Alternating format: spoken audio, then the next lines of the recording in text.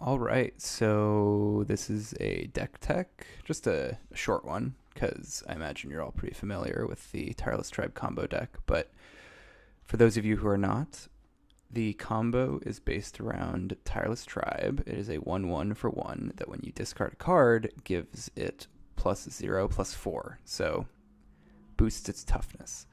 What you do is you combine that with Inside Out. Inside Out switches a creature's power and toughness until end of turn and draws you a card. But what's important here is that it also switches all effects that alter that power and toughness. So anything that would boost toughness now boosts power and vice versa.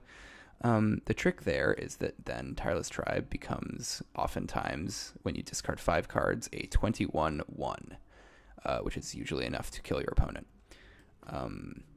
You also have this card, Shadow Rift, which gives target creature Shadow until end of turn. And Shadow is an evasion ability from the Tempest block that is essentially, similar to flying. Creatures with Shadow can block other creatures with Shadow. Creatures without Shadow can't block creatures with Shadow, and vice versa.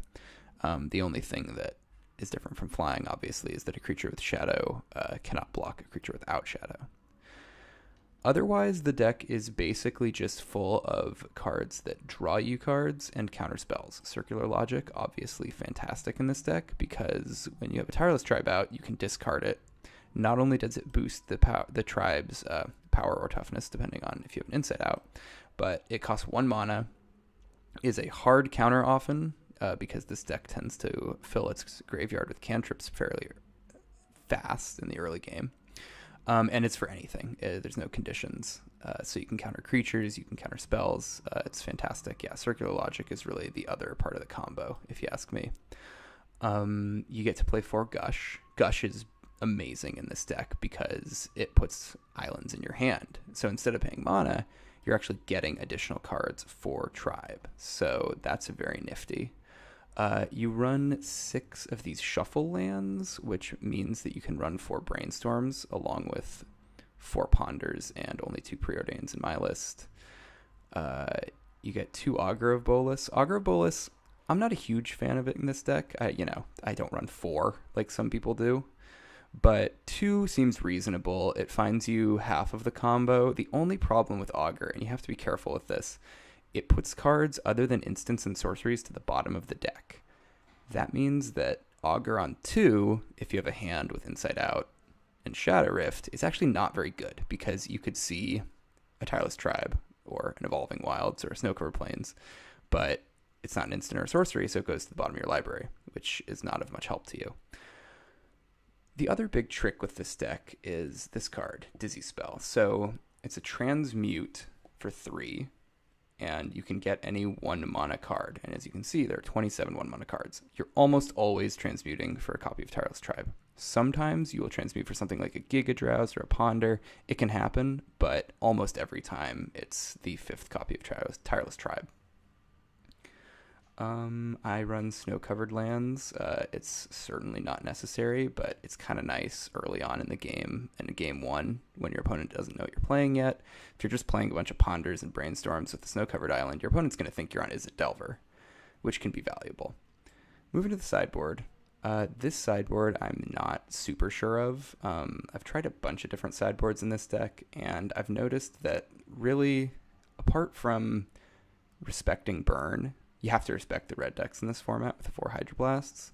But apart from that, the only bad matchup really is Delver, which is too bad, because Delver is obviously the tier 1 deck. If you combine Izzet and Mono Blue Delver, they're almost certainly the best deck in the format, just hands down. And they both curb stomp Tireless Tribe. It's really not even close. So you have to bring in a lot of stuff after you got to hope you win game 1 and then hope you can grind out one of the second 2 games is pretty much how it works. And that's where you get cards like Stormbound Geist, which is also good against Mono Black, which is a bad matchup.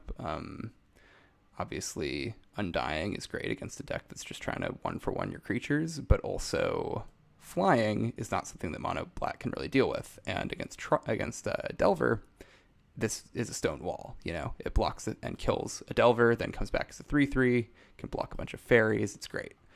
Deep Analysis is just a good grindy card. It's good to bring in against decks like Mono Black, where they're going to try to run you out of cards in your hand, and this can either be discarded to Tribe and played using its flashback cost for cheap, or, you know, you can play both sides of it, right? If you're late in the game, in Top Deck War, Deep Analysis is one of the best cards you can draw because it just nets you 4 cards over the next 2 turns. Otherwise, got a couple catch-alls. Apostle's Blessing comes in against some decks that want to use spot removal. Echoing Truth is good against sort of lockout permanents. It's actually really good against serrated arrows, which is very common these days. Fourth Dispel is good against a lot of decks that Giga Drowse isn't good against. You usually end up taking the Giga Drowse out for the Dispel, because Giga Drowse is better against creature decks most of the time. Sometimes it's good against counter magic, but a lot of the time you just want the Dispel. And then Piracy Charm kills Well-Wishers, which is really important, and also boosts your tribe's toughness, believe it or not. I mean, I know it says +2/-1, but if I have cast a Insight Out on my tribe, it actually boosts the toughness and subtracts 1 from the power, which rarely matters. So yeah, I will take the deck through a league and hope it goes well. See you on the other side.